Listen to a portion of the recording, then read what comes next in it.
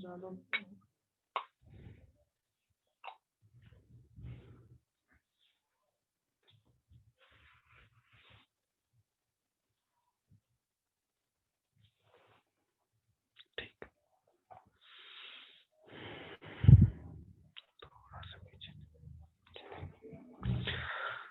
नमो विष्णुपदाय कृष्णपृष्ठाय भूतले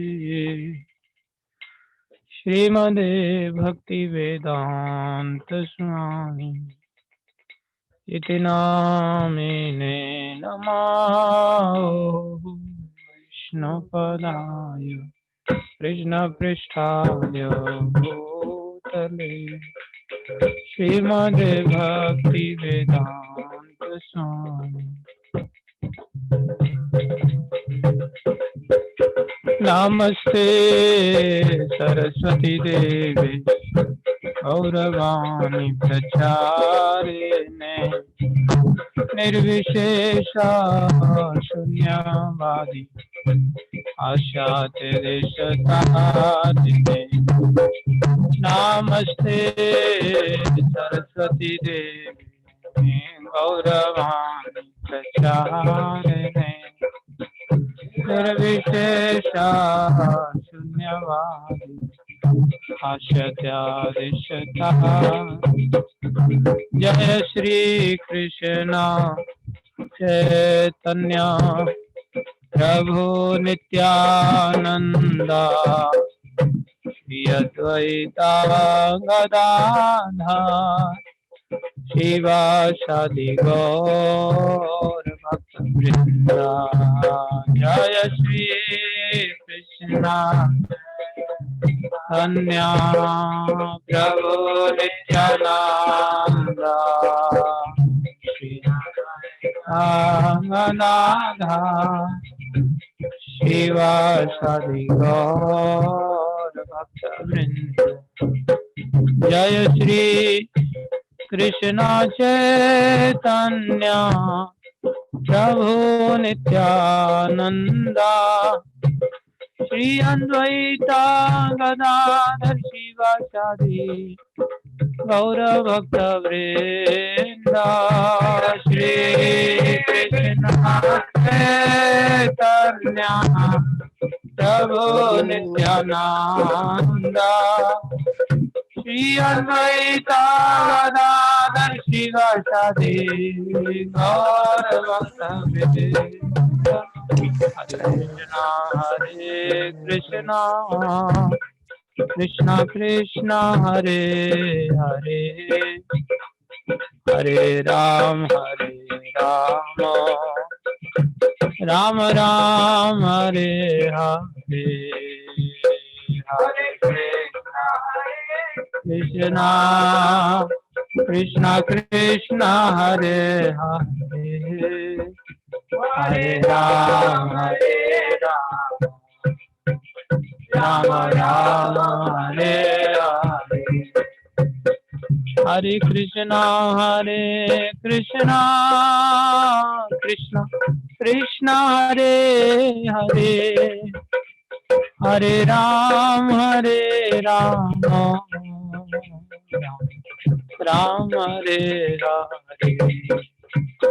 हरे Krishna Krishna Krishna Hare Hare Hare Ram Hare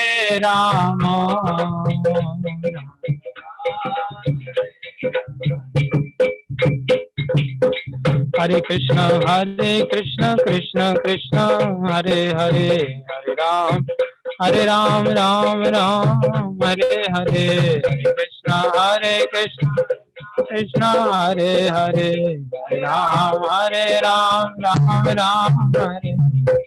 Hare Krishna Krishna Hare Hare Hare Ram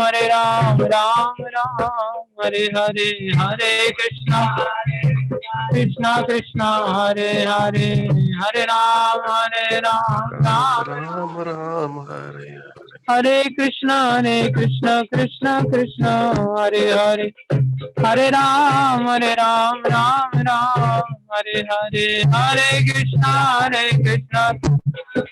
Hare Hare Ram Ram Ram Hare Krishna Krishna Krishna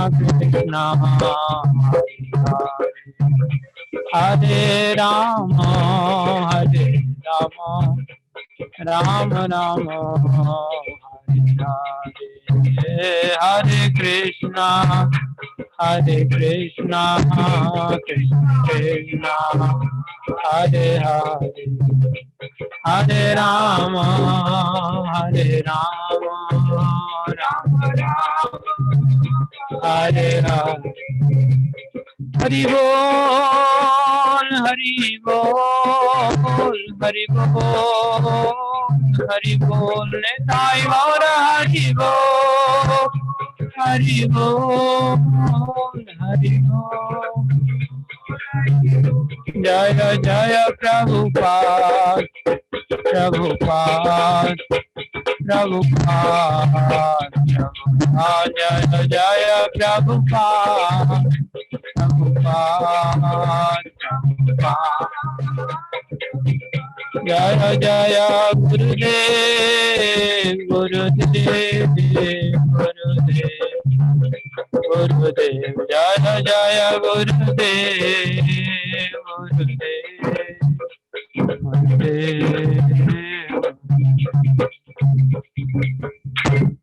बोलो हरिनाम संकीर्तन महायज्ञ की जय। हरे कृष्ण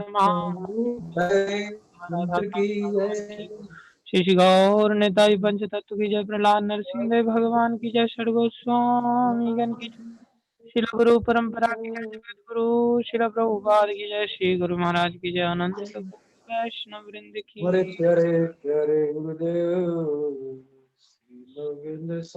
ओम ज्ञानं तिमिरन्धस्य ज्ञानाञ्जनशलाकया चक्षुरुन्मीलितं येन तस्मै श्रीगुरवे नमः। श्रीचैतन्यमनोभीष्टं स्थापितं येन भूतले स्वयं रूपकदा मह्यं ददाति स्वपदान्तिकम्। वन्देऽहं श्रीगुरु श्रीयुतापदकमलं श्रीगुरुवैष्णवांश श्रीरूपं सागरजातं जयगणा रघुनाथान्वितं तं सजीवम् सान्द्वैतं सावधूतं पर्यंसहितं कृष्ण चैतन्य देवं श्री राधा कृष्ण पदां सगणललिता श्री विशाखान्वितांश। हे कृष्ण करुणा सिंधु दीनबंधु जगतपते गोपेश गोपीकांत श्री राधा कांत नमस्तुते। तप्त कांचन गौरंगी राधे वृंदावनेश्वरी वृषभानुसुते देवी प्रणमामि हरिप्रिये। वाञ्छाकल्पतरुभ्यश्च कृपा सिन्धुभ्येव च पतितानां पावनेभ्यो वैष्णवेभ्यो नमो नमः।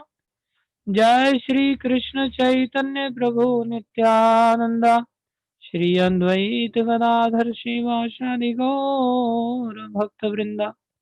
हरे कृष्ण कृष्ण कृष्ण हरे हरे हरे राम राम राम हरे हरे। हरे कृष्णा कृष्णा कृष्णा हरे हरे हरे राम राम हरे हरे। गुरुवे गौरचंद्राय राधिकाय तदालये कृष्णाय कृष्ण भक्ताय तद्भक्ताय नमो नमः।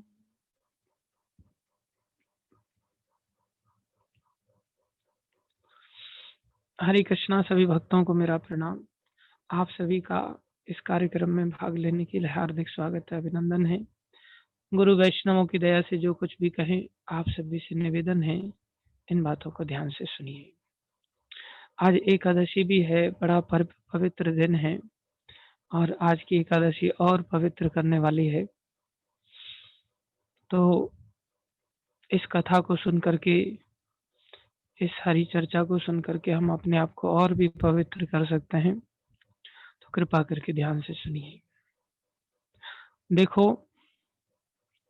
सबसे पहली बात जो कि बहुत सारे संसार में हम सभी के प्रश्न हैं, समस्याएँ हैं, संकट हैं, इन सब चीज़ों को देखते हुए हम संसार की इन सभी उलझनों में उलझे रहते हैं।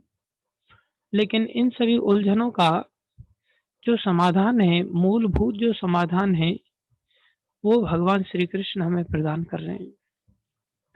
हमारे सामने तो ऐसी समस्या नहीं है कि हम बिल्कुल मृत्यु के दरवाजे पर खड़े हों।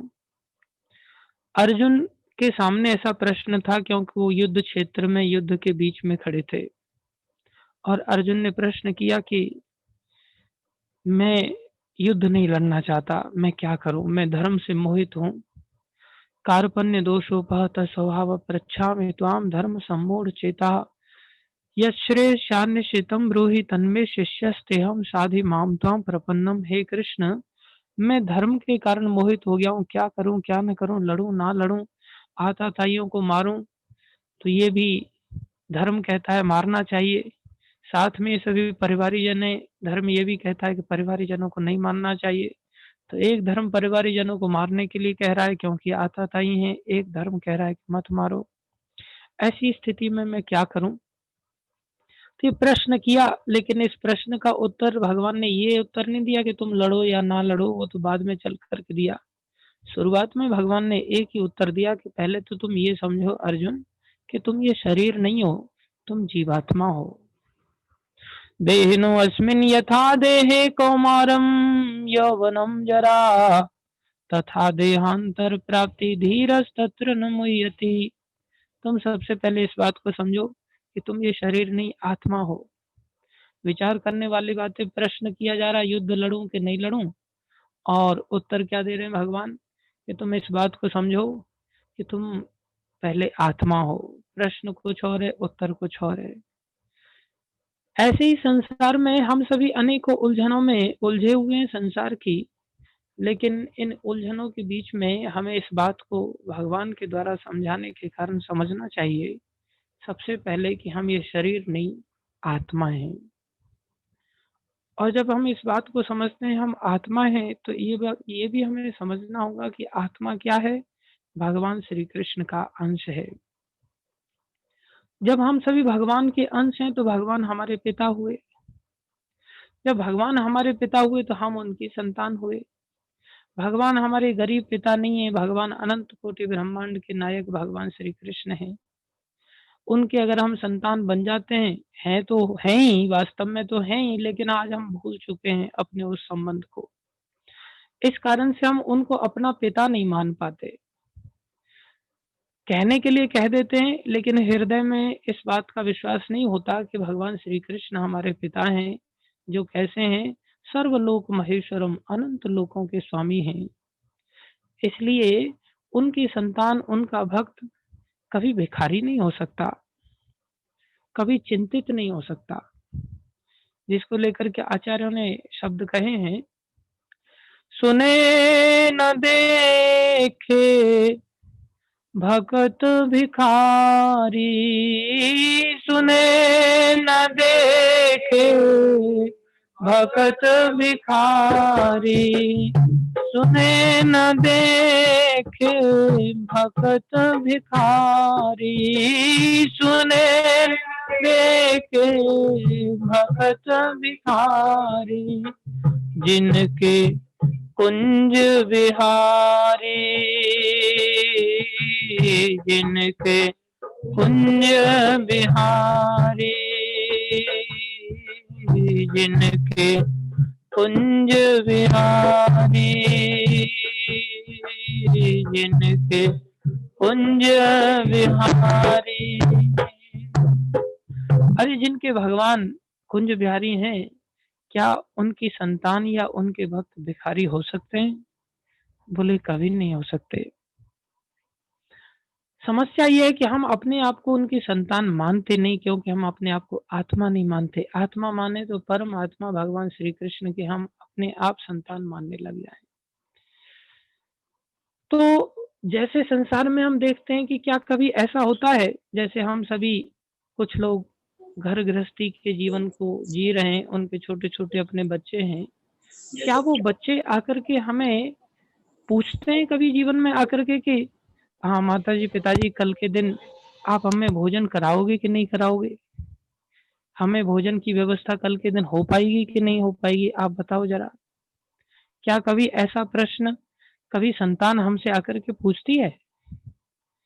गरीब से गरीब माँ-बाप की संतान भी अपने माता-पिता से ऐसा प्रश्न नहीं करते, क्योंकि ये हेडेक उनको लेने की ज़रूरत ही नहीं है। ये तो हेडेक उसके माता-पिता का है, जिन्होंने उसको पैदा किया है।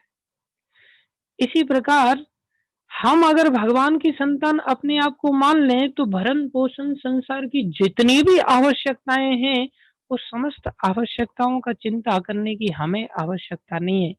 हमारे माता-पिता जैसे हमको आश्वस्त करते, बेटा तुम खाने-पीने का चिंता मत करो, ज़मीन बेच कर के भी तुम्हारा भरण-पोषण आदि सब कुछ मैं करूँगा, लेकिन तुम्हें एक चिंता करने की ज़रूरत है, वो क्या है?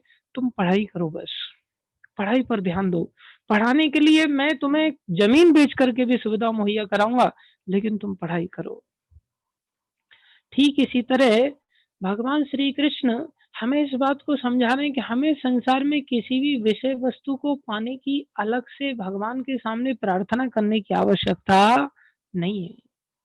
जो भी अनंत जन्मों के कर्मानुसार हमारे भाग्य के लिए जो भगवान देंगे, वो तो निश्चित रूप से भगवान देंगे ही देंगे। उसमें कोई संदेह हमें नहीं करना चाहिए। तो फिर क्या करें? बोले केवल भगवत शिक्षा के लिए भगवान कह रहे हैं तुम भगवत शिक्षा के लिए एंडेवर करो। इस भक्ति की शिक्षा के लिए एंडेवर करो। इस भक्ति को समझने का चेष्टा करो। इस भक्ति को अगर तुम बुद्धि लगा करके समझने की चेष्टा मात्र करते हो, वहीं से तुम्हारी भक्ति आरंभ हो जाती है। कैसी अद्भुत बात है! तो उस शिक्षा को देने के लिए ही भगवान श्री कृष्ण चैतन्य अवतार लेकर के आए हैं। और हमें उस रस का आस्वादन कराना चाहते हैं, उस महिमा का आस्वादन कराना चाहते हैं, जिस महिमा को वो स्वयं नहीं चख पाए कृष्ण अवतार में। जैसा कि कल मैं बता रहा था, चैतन्य अवतार में उन्होंने कृष्ण की महिमा को समझा, अर्थात चैतन्य अवतार में उन्होंने समझा कि मैं क्या चीज़ हूँ। मेरा जो रसगुल्ले जैसा स्वरूप है, उस स्वरूप को राधा रानी जब चखती हैं, तो उनको क्या आनंद आता है, अर्थात मेरा स्वरूप क्या है। तो उन्होंने स्वयं को जानने के लिए अवतार लिया है, तो उनको बड़ा आनंद आया। उन्होंने राधा रानी को जानने के लिए अवतार लिया है कि राधा रानी की महिमा क्या है। ध्यान दें, कृष्ण स्वयं की महिमा जानना चाहते हैं कि मेरे अंदर ऐसा क्या है कि राधा रानी मेरा आस्वादन करती हैं, तो उनको कितना आनंद आता है मेरे कारण। ऊपर से राधा रानी के अंदर ऐसा क्या है कि उनको ही इतना आनंद आ रहा है, बाकी किसी को नहीं आता इतना श्रेष्ठ आनंद। तो राधा रानी का उन्होंने भाव लिया कि आप जिस प्रकार से मेरा आनंद सर्वश्रेष्ठ स्तर पर ले सकते हैं, और कोई संसार में नहीं ले पा रहा है। इसलिए उन्होंने राधा रानी की महिमा को भी इस चैतन्य अवतार के द्वारा प्रदर्शित किया। ध्यान दें, कृष्ण की महिमा क्या है, राधा रानी की महिमा क्या है, और कृष्ण सेवा, राधा रानी कृष्ण सेवा करती हैं, उस सेवा को करने के कारण उनके साथ ऐसा आदान-प्रदान होता है, अर्थात इस भक्ति की महिमा क्या है। तो ये जो कृष्ण प्रेम है, जिस प्रेम के कारण वो इतना आस्वादन करती हैं, बोले ऐसी प्रेमा भक्ति की महिमा क्या है। ये 3 चीज़ों को जानने के लिए ही चैतन्य अवतार लेते हैं, और इन तीनों चीज़ों को चैतन्य अवतार लेकर के ना उन्होंने स्वयं जानना, बल्कि हम सभी को इस चैतन्य शिक्षाष्टकम के रूप में सबसे श्रेष्ठ प्रयोजन हमें दिया। जैसा कि हमने बताया था, ये चैतन्य शिक्षा को हमने समझना है। हाँ, केवल और केवल भगवान ये शिक्षा देने के लिए ही, शिक्षार्थ एकम, एकमात्र शिक्षा यही देने के लिए कि कृष्ण प्रेम की पाने की कसौटी क्या है, किस प्रकार से हम उस कृष्ण प्रेम को पा सकते हैं जो राधा और कृष्ण के बीच में है, जो सर्वश्रेष्ठ प्रेम है। प्रेम तो संसार में और भी जगहों पर पाया जाता है, माता जानकी में और रघुनाथ जी के बीच में भी प्रेम पाया जाता है, लक्ष्मी नारायण में भी प्रेम पाया जाता है।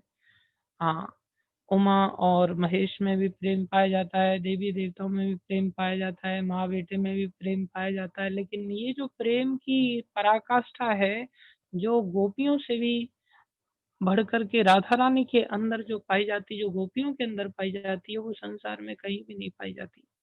उस प्रेम की पराकाष्ठा का लक्ष्य चैतन्य महाप्रभु हमें शिक्षाष्टकम के माध्यम से देते हैं और कहते हैं कि तुम अपना मन भौतिक चीजों को पाने के में मत लगाओ, उसके लिए मेहनत मत करो, उसके लिए मेरे से भी प्रार्थना मत करो।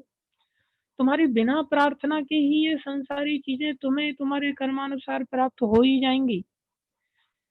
इसलिए महाप्रभु हमें चैतन्य शिक्षाष्टकम की शिक्षा दे रहे हैं, जिसमें पहले श्लोक से लेकर के 8वें श्लोक तक हम पहुंचने का प्रयास कर रहे हैं, जिसमें ऑलरेडी 7 श्लोक तक हम पहुंच चुके हैं, जो कि कई एंगल से हम समझने का प्रयास में लगे हुए हैं। किस प्रकार से चैतन्य महाप्रभु ने 3 प्रकार की शिक्षाओं को इन 8 श्लोकों में दिया है।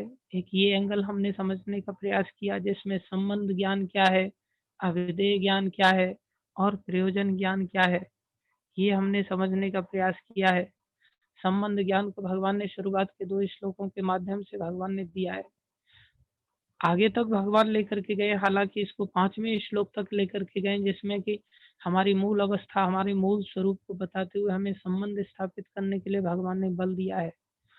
अविधेय को भगवान ने पहले ही श्लोक से आरंभ कर दिया है, क्योंकि अविधेय मतलब श्रवण, नवदा भक्ति, नवदा भक्ति मतलब श्रवणम कीर्तनम, श्रवणम कीर्तनम मतलब पहले ही श्लोक से आदौ श्रद्धा, वहीं से शुरुआत हो जाती है।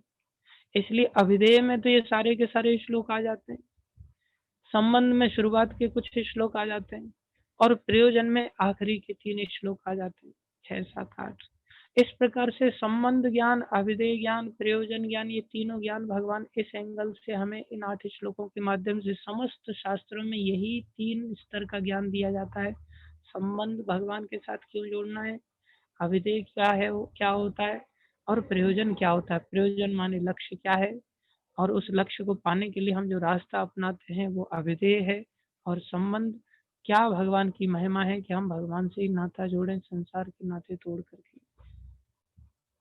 ये 3 स्तर का भगवान इन 8 श्लोकों के माध्यम से ज्ञान दे रहे हैं। दूसरा, भगवान भक्ति की शुरुआत से जो 9 सीढ़ियां हैं, उस माध्यम से भी, उस एंगल से भी भगवान इन 8 श्लोकों का वर्णन कर रहे हैं, जिसमें कि आदौ श्रद्धा, श्रद्धा से शुरुआत होती है जो सीढ़ियों की। उस शिक्षा के माध्यम से भी भगवान हम सभी को प्रयोजन की ओर लेकर के जा रहे हैं। तीसरा, भगवान इन 8 श्लोकों के माध्यम से दुनिया में जितनी भी पहले भक्ति पाई जाती थी, उस भक्ति से भी सर्वश्रेष्ठ भक्ति कृष्ण की महिमा क्या है, राधा रानी की महिमा क्या है, और दोनों के बीच में प्रेम संबंध का क्या व्यवहार है, उस शिक्षा को भी चैतन्य महाप्रभु इन 8 श्लोकों के माध्यम से दे रहे। सार होने के कारण चैतन्य महाप्रभु सभी अवतारों के, ये सारी शिक्षा जितनी भी समस्त शास्त्रों में है, उस सार शिक्षा को इन 8 श्लोकों के माध्यम से भी भगवान दे रहे हैं। इस प्रकार से 8 श्लोक हमारे जीवन के बड़े महत्वपूर्ण श्लोक होने चाहिए। ये सार गर्भित श्लोक है, एक एक श्लोक का भाव हमारे चित्त में हर समय बैठना चाहिए। तो भगवान समझा रहे हैं, संसार में तुम अन्य चीजों की ओर ध्यान मत दो, कहाँ से कपड़ा आएगा, कहाँ से रोटी आएगी, कहाँ से मकान आएगा, कहाँ से संसार की विषय वस्तुएं मिलेंगी। ये तो निश्चित रूप से मिलेंगी ही मिलेंगी, चाहे आपको पता हो या आपको ना पता हो। जैसे एक घटना घटती है, सत्य घटना है, ये कोई दृष्टांत या कोई स्टोरी बनावटी नहीं है, विष्णु स्मृति की घटना है, जिसमें कि एक गुरु होते हैं, वो शिव जी के भक्त हैं, बनारस में रहते हैं, वाराणसी जिसको कहते हैं, और वहाँ पर शिव जी की भक्ति करते हुए अपने जीवन को जीते हैं। उनके एक असिस्टेंट हैं, उनके सेवक हैं, उनके शिष्य हैं, जिनका नाम दीपक है। तो दीपक प्रभु ये अपने गुरुदेव की सेवा करते रहते हैं, अर्चना करते हैं, उनका सारी आज्ञाओं का पालन करते हुए उनका सहायता करते हैं। तो एक दिन दीपक जी देखते हैं कि उनके गुरुदेव बड़े चिंतित होकर के बैठे हुए हैं, क्योंकि गुरु साधारण नहीं थे, वो गुरु त्रिकालज्ञ थे। और जब त्रिकालज्ञ थे तो उनको भूत वर्तमान भविष्य स्वयं का भी और दूसरों का भी पता चल जाता था। तो एक दिन वो चिंतित बैठे हुए हैं, दीपक आकर के पूछते हैं, गुरुदेव क्या हुआ, आप क्यों चिंतित हैं। तो गुरुदेव बताते हैं, मेरे को इस बात की चिंता है कि मेरे जीवन में मेरे 2 एक कर्म ऐसे हैं जो बड़े भयानक हैं। बोले वो अगर मैं उनका आह्वान करूँगा, मेरे पास ऐसी क्षमता है भक्ति के कारण मैंने उनको रोक करके रखा हुआ है। लेकिन मैं अगर उनको समय आने पर आह्वान करता हूँ, तो उस समय मेरी बड़ी बुरी स्थिति हो जाएगी। बोले अभी तक आपके कर्मों का नाश नहीं हुआ? तो कहते हैं कर्म प्रधान विश्व करी राखा, जो जस करे सो तस फल चाखा। भगवान कह रहे हैं ये सारा संसार कर्म प्रधान के रूप में रचना की गई है और भगवान मुकुंद की भक्ति से ही ये कर्म कट सकते हैं, अन्यथा नहीं। यदि वैष्णवों की भक्ति भी यदि निष्काम भावना से की जाए तो भी भगवान इन कर्मों को काट देते हैं। वैष्णवानाम यथा शंभु, शिव जी वैष्णवों में सर्वश्रेष्ठ हैं, ये शिव जी के भक्त हैं। तो इनके सामने भी कर्म आ गए, कर्म कटे नहीं अभी। तो कह रहे हैं कि मैं उनको रोक करके रखा हूँ। बोले क्या स्थिति हो जाएगी? बोले कोई चेला मेरा कोई सेवा नहीं कर सकता, उस समय मेरी विकट परिस्थिति हो जाएगी, मेरा कोई सहायक नहीं हो सकता। बोले क्या हो जाएगा उन कर्मों के कारण? बोले कर्म पीछा नहीं छोड़ते, कर्म तो खैर हर जगह ही पहुंच जाते। जैसे किसी भेड़ चराने वाले व्यक्ति की एक भेड़ अगर निकल करके दूसरे झुंड में चली जाती है, तो भेड़ चराने वाला बराबर अपनी भेड़ को पहचान करके उसके पीछे पीछे जा करके उस झुंड में से निकाल करके ले आता है। ठीक वैसे ही हमारे कर्म जो हैं, हम जहाँ पर भी चले जाएँ इस शरीर को छोड़ कर के और वो कर्म पक करके अगर आ जाता है, जैसे मान लो मैंने इस जन्म में 4 कर्म किए, 4 कर्म में से 3 कर्मों को पक करके आ गए, फल के रूप में मैंने ग्रहण कर लिया। एक कर्म को पकने में समय लग रहा है और मैं ये मृत्यु को प्राप्त होके दूसरी जगह चला गया, दूसरे शरीर में चला गया। तो कर्म जैसे ही पकेगा, वो आकर के पीछे, पीछे, पीछे, पीछे उस भेड़ चराने वाले की तरह ढूँढता हुआ मेरे पास पहुँच जाएगा और मेरे ऊपर वो फल सवार हो जाएगा। मेरे को वो अच्छा या बुरा फल जैसा भी है, मुझे चखना ही होगा। ये कर्मों का रहस्य है, कर्म पीछा नहीं छोड़ते। तो बोले मैं उन कर्मों को जब पाऊँगा, तो कर्मों के परिणाम स्वरूप पहले तो मैं अंधा हो जाऊँगा और साथ में मैं कोढ़ी हो जाऊँगा। मेरी बुद्धि भ्रष्ट हो जाएगी। ऐसी स्थिति में मेरा कोई सहायता करने वाला बहुत मुश्किल में आएगा, कोई सहायता नहीं कर पाएगा। दीपक जी कहते हैं आप एक काम कीजिए गुरुदेव, मैं आपकी सहायता करूँगा, आप कर्मों को आह्वान कर लीजिए। उन्होंने कर्मों का आह्वान किया, तो सुबह-सुबह वाराणसी में गंगा स्नान करने के लिए जा रहे हैं, तो उसी समय अचानक से उनका पैर में ठोकर लग करके फिसल जाते हैं। सामने काँटे पड़े हुए थे, उन काँटों में वो गिरते हैं, उनको पता नहीं चलता और 2 काँटे उनकी आँखों में चुभ जाते हैं और उसी समय अंधे हो जाते हैं। ये कर्म एक बहाना ढूँढा करते हैं, किस प्रकार से इसको परिणाम देना है। तो बहाना मिला, ठोकर लगी, अंधे हो गए। अंधे हो गए तो अंधापन का तो बड़ा कष्ट होता है। अभी हमारे आँखों पर ही अगर कोई पट्टी बाँध दे थोड़ी देर के लिए तो कैसी घबराहट हो जाएगी और हमेशा के लिए अगर अंधा कर दिया जाए तो कितना कष्ट का विषय हो जाएगा। इनके अंदर बड़ी घबराहट हुई। दीपक जी आए, वो समझ गए कर्मों का परिणाम गुरुदेव के सामने आ गया है। दिखाने के लिए डॉक्टर के पास, वैद्य के पास लेकर के गए। डॉक्टर ने इलाज किया, वो दवाई उल्टी पड़ गई।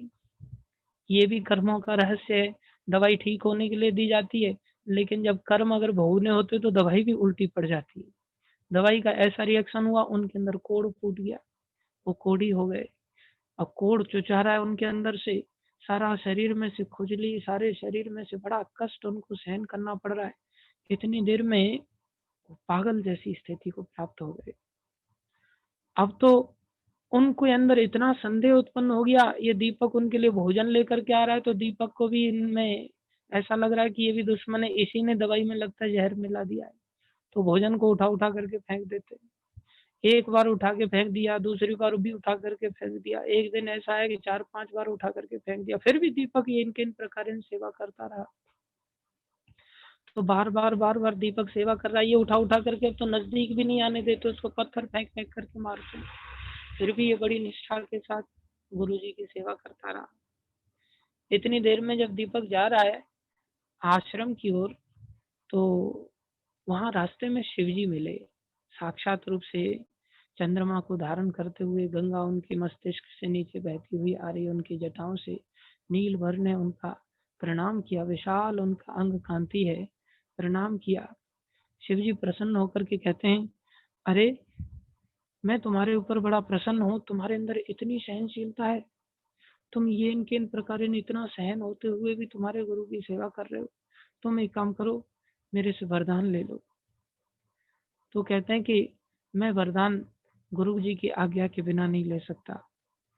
तो बोले एक काम करो, फिर तुम गुरु जी से पूछ करके आ जाओ कैसी उनकी गुरु निष्ठा है। वो चले जाते हैं गुरु जी से पूछने के लिए। बोले तब तक हम खड़े हैं यहाँ।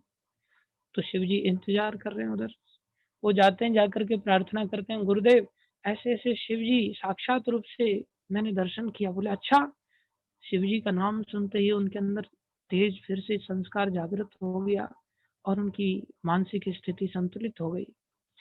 बोले शिव जी के तुमने दर्शन किए? बोले हाँ किए ही नहीं, वो अभी भी इंतजार कर रहे हैं। साक्षात शिव जी खड़े हैं। बोले वरदान देने के लिए मैं आपसे आज्ञा लेने के लिए आया हूँ, मैं क्या मांगू उनसे? इतनी देर में गुरुदेव कहते अरे हम कोई चीज मांगने के लिए थोड़ी ना उनकी आराधना कर रहे थे, उनसे हमने कुछ नहीं चाहिए, उनके प्रति हमें केवल प्रेम करने के लिए हम उनकी भक्ति कर रहे थे।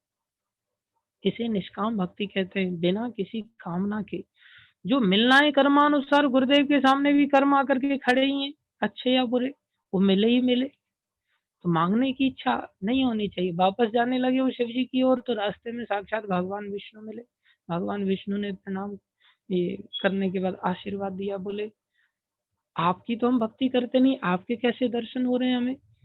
बोले ये मेरी अहेतु की कृपा है, तुम निष्काम भक्त हो, तुम्हारे अंदर गुरु निष्ठा इतनी अच्छी है, इसलिए हम दर्शन देने के लिए तुम्हें चले आए। साक्षात रूप से भगवान विष्णु प्रकट हो गए, सारे देवता लोग प्रकट हो गए। तो बोले तुम हमसे वरदान मांग लो। बोले मैं कुछ नहीं मांग सकता।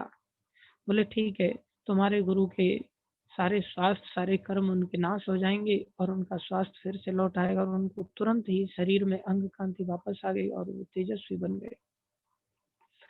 तो फिर वो कहते हैं कि नहीं मेरी आपसे निवेदन है, मैं ऐसा नहीं कि कुछ भी नहीं मांगूंगा, मैं आपसे मांगना भी चाहता हूँ। आप सबके सब एक काम करो, सबके सब यहाँ से चलिए और मेरे गुरुदेव को दर्शन दीजिए।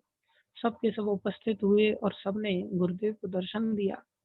तो देखो कर्मानुसार सब चीजें आएंगी आएंगी, लेकिन जो भक्ति है उसके लिए हमें चेष्टा करनी चाहिए। वो भी कैसी भक्ति? निष्काम भक्ति, प्रेमा भक्ति जिसको कहते हैं, जो बदले में हम कुछ न चाहें।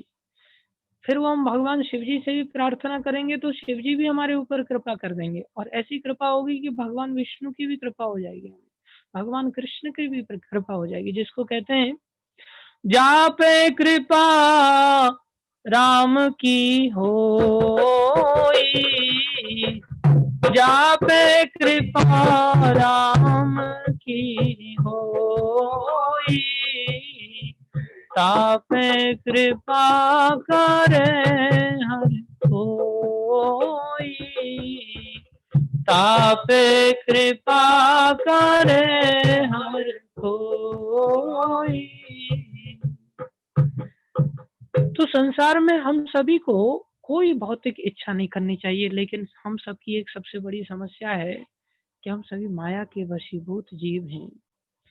हम माया के वशीभूत। माया कैसी? भगवान की दैवी है, श्याम गुणमयी, बड़ी शक्तिशाली माया है, जिसको रामायण में भी कहा कि प्रभु आपकी जो माया है ये बड़ी शक्तिशाली है।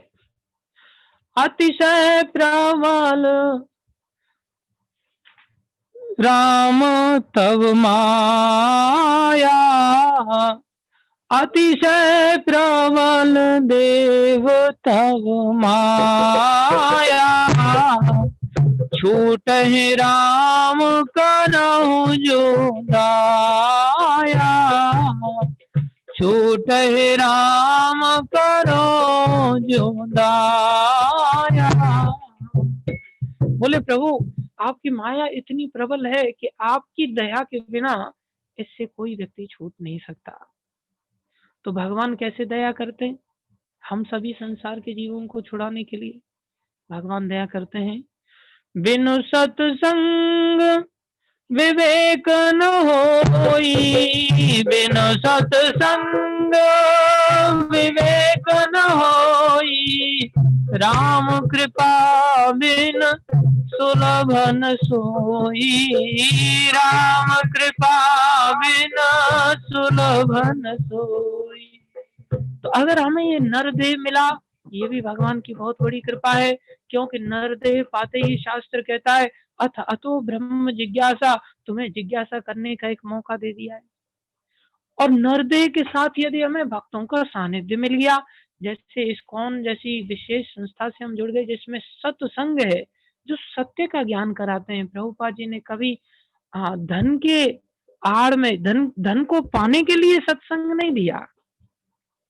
ये सबको सच्चे संत सबको मिलते नहीं आसानी से संसार में। बहुत सारे लोग उन संतों की आड़ में आ जाते हैं जो संत है ही नहीं, ऊपर से संत है लेकिन अंदर से उनको धन चाहिए, अंदर से उनको प्रतिष्ठा चाहिए, अंदर से उनको काम वासना की पूर्ति चाहिए। ऐसे संसार में अधिक संत मिलते हैं, जैसे कि मैं आपके सामने खड़ा हूँ। लेकिन प्रभुपाद जी कैसे संत हैं? प्रभुपाद जी न धन चाहिए, न जन चाहिए, न संसार की प्रतिष्ठा चाहिए, उनको केवल कृष्ण चाहिए और कृष्ण दूसरों को देना चाहते हैं।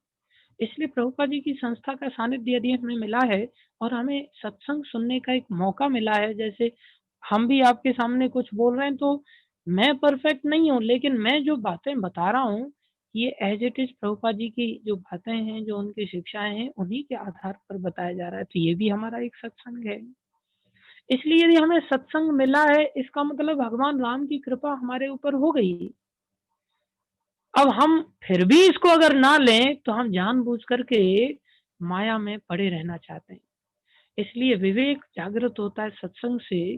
जो राम कृपा बिन सुलभन सोई, भगवान राम की कृपा, भगवान कृष्ण की कृपा के बिना ये सुलभ नहीं होता। यदि हमें सुलभ हो रहा है तो हमें इसको मन लगा करके ग्रहण करना चाहिए। इस शिक्षा पर ही बल देना चाहिए, संसार की किसी वस्तु की कामना नहीं करनी चाहिए। तो चैतन्य महाप्रभु क्या शिक्षा दे रहे हैं? ये 8 श्लोकों के माध्यम से शिक्षाएं दे रहे हैं। पहला श्लोक, चेतो दर्पण मार्जनम भव महादावाग्नि निर्वापनम श्रेय कैरव चंद्रिका वितरणम विद्यावधो जीवनम आनंदामबुधिवर्धनम प्रतिपदम पूर्णामृतास्वादनम सर्वात्मस्नपनम परम विजयते श्री कृष्ण संकीर्तनम। इस श्री कृष्ण संकीर्तन की परम विजय हो जो 7 फलों को देने वाला है। ये 7 फल आप सभी जानते हैं। चित्त रूपी दर्पण का मार्जन करने वाला, भव महादाव अग्नि को शांत करने वाला, श्रेय रूपी कुमुदनी को खिलाने वाला, आनंद के समुद्र विद्या रूपी वधु का प्राण बनने वाला, आनंद के समुद्र को बढ़ाने वाला, पूर्ण अमृत का आस्वादन कराने वाला, सारे आत्मा तत्व को कृष्ण में बनाने वाला। नाम नामकारी बहुधा निज सर्वशक्ति तत्र अर्पिता नियमित स्मरणे न काल एतादृशी तव कृपा भगवन् ममापि दुर्दैवमीदृशम्यः जनीनानुरागः। ऐसा नाम क्यों इतना कर पाता है सब कुछ? क्योंकि नाम में भगवान ने अपनी स्वयं की सारी शक्तियां अर्पित कर दी है और नाम नामी से भी बड़ा हो गया है। और इतनी सुविधा दी इस नाम ने कि देश काल पात्र का कोई विचार भी नहीं रखा, लेकिन अपराध का विचार अवश्य रखा, जिस कारण से हमारा अपने इस नाम में अनुराग नहीं हो पाया। तीसरा श्लोक भगवान कह रहे हैं इस अपराध से निस्तारण करने के लिए आपको धैर्य लाना पड़ेगा। दीनता बहुत जरूरी है। पद्धति की शुरुआत ही दीनता से करनी पड़ेगी। अगर दीनता से पद्धति की शुरुआत नहीं करेंगे तो हम प्रयोजन रूपी 8वें श्लोक तक नहीं पहुंच सकते। इसलिए तीसरे श्लोक में कहा, तृणादपि सुनिचेन तरोरपि सहिष्णुना मानना मान देन कीर्तनीय सदा हरि। आप तृण से भी अधिक विनम्र होकर के दूसरों को दया करने वाले होना चाहिए, जिसको कि कपिल भगवान ने भी प्रमाणित किया, तितिक्षव कारुणिक। यदि आप सहनशील नहीं है तो करुणा कहाँ से करोगे? जैसे दीपक जी की जो कथा सुनाई, दीपक सहनशील हैं तो ये सेवा कर पा रहे हैं। तो जो सहनशील होता है वही तो करुणा कर सकता है, उसके अंदर ही तो दया हो सकती। जैसे भगवान राम है, साक्षात अपने आचरण से भगवान स्वयं सिखाते हैं। सुग्रीव जी ने भगवान को भुला दिया मित्रता होने के पश्चात और अपनी पत्नी रूमा के साथ और अपने भाई की पत्नी तारा के साथ विहार करने लगे। 4 महीने तक संसार में रमन करने लगे। भगवान को एकदम से क्रोध आया। भगवान ने कहा, जिस तीर से मैंने बाली का वध किया था वो तीर अभी भी मेरे तर्कस से कहीं बाहर नहीं गया है, अभी भी मैं जाकर के इसका सर उड़ा दूंगा। इतना सुनते ही लक्ष्मण जी को लगा कि इन्होंने, मेरे भाई ने क्रोध किया। उन्होंने भी तुरंत धनुष बाण अपने हाथों में उठा लिए। उठाते ही माता उमा को शिवजी ऐसी घटना बता रहे हैं और कह रहे हैं कि अरे, आपको क्या लगता है भगवान यहाँ पर बहुत क्रोधित हो गए? अरे जो करुणा के निधान है, उनको क्रोध कैसे आ सकता है? उनको तो क्रोध छू ही नहीं सकता। ये तो बोले इनका दिखावटी क्रोध है। और जैसे ही लक्ष्मण जी ने देखा, तुरंत भगवान शांत होकर के कहते, लक्ष्मण तुम जाओ और जाकर के भय दिखाना, लेकिन वध नहीं करना। वो मेरा सखा है, वो मेरा सुग्रीव सखा है, इसलिए उसको भय दिखा करके वापस ले आओ। तो भगवान ऊपर से दिखाते हैं क्रोध को, वास्तव में उनके अंदर क्रोध नहीं होता। ऐसे ही भक्त होते हैं भगवान के, जो तितिक्षव होते हैं, कारुणिक होते हैं। तितिक्षव को पहले रखा, सहनशील हैं तो करुणा वाले बनेंगे अपने आप। सहनशील ही नहीं है तो फिर तो सहन ही नहीं होगा, तो फिर तो क्रोध आ जाएगा हमको। किसी ने हमें कुछ कहा और हमसे सहन नहीं हुआ तो क्रोध आ जाएगा, हम ईंट पत्थर उठा करके सामने वाले को फेंक के मारेंगे। हम उसके प्रति द्वेष कर बैठेंगे, उसके प्रति क्रोध कर बैठेंगे, उसके प्रति ईर्ष्या कर बैठेंगे। लेकिन यदि हमारे अंदर सहनशीलता है, हमारा उसके प्रति न द्वेष होगा, ना क्रोध होगा, ना उसके प्रति कोई षड्यंत्र रचेंगे, हम उल्टा उसके ऊपर करुणा करेंगे। ये तभी संभव है जब तितिक्षव होंगे, सहनशील होंगे। इसलिए बताया, तृणादपि सुनिचेन तरुरपि सहिष्णुनाम अमानिनामान देन कीर्तनीय सदाहरि। चौथे श्लोक में बताया, अगर इस प्रकार से कीर्तनीय सदाहरि करोगे तो अच्छे से अच्छे अनर्थ चुटकियों में चले जाएंगे। कौन से अनर्थ हैं? न धनम न जनम न सुंदरीम कविताम वा जगदीश कामये मम जन्मनि जन्मनि ईश्वरे भवताद भक्तिर अहेतुकी। तो हे कृष्ण, मुझे आपकी अहेतुकी भक्ति चाहिए और कुछ नहीं चाहिए। ये सारे अनर्थ उसके स्वयं में भी नष्ट हो जाएंगे, तभी भक्त अहेतुकी भक्ति की कामना कर पाएगा। अगर नहीं नष्ट होंगे तो इन्हीं की कामना में डूबा का डूबा रह जाएगा। इसलिए चौथे श्लोक के द्वारा अनर्थ निवृत्ति का सूचक भगवान ने बताया। पांचवें श्लोक में स्वरूप ज्ञान कराया। अय नंद तनुज किंकरम पतितम माम विषमे भवाम्बुधो कृपया तब पाद पंकज स्थित धूलि सदृशम विचिंतय। जिसमें बताया, तुम्ही हो माता पिता, तुम्ही हो, तुम्ही हो बंधु सखा, तुम्ही हो, तुम्ही हो माता पिता, तुम्ही हो, तुम्ही हो बंधु सखा, तुम्ही हो। जिसमें बताया, तुम्हें माता च पिता, तुम्हें बंधु सखा, तुम्हें द्रविड़म विद्या, तुम्हें सर्वम मम देव देव। आप मेरे सब कुछ हैं, आप मुझे अपने चरण कमलों की धूलि का कण बना लीजिए।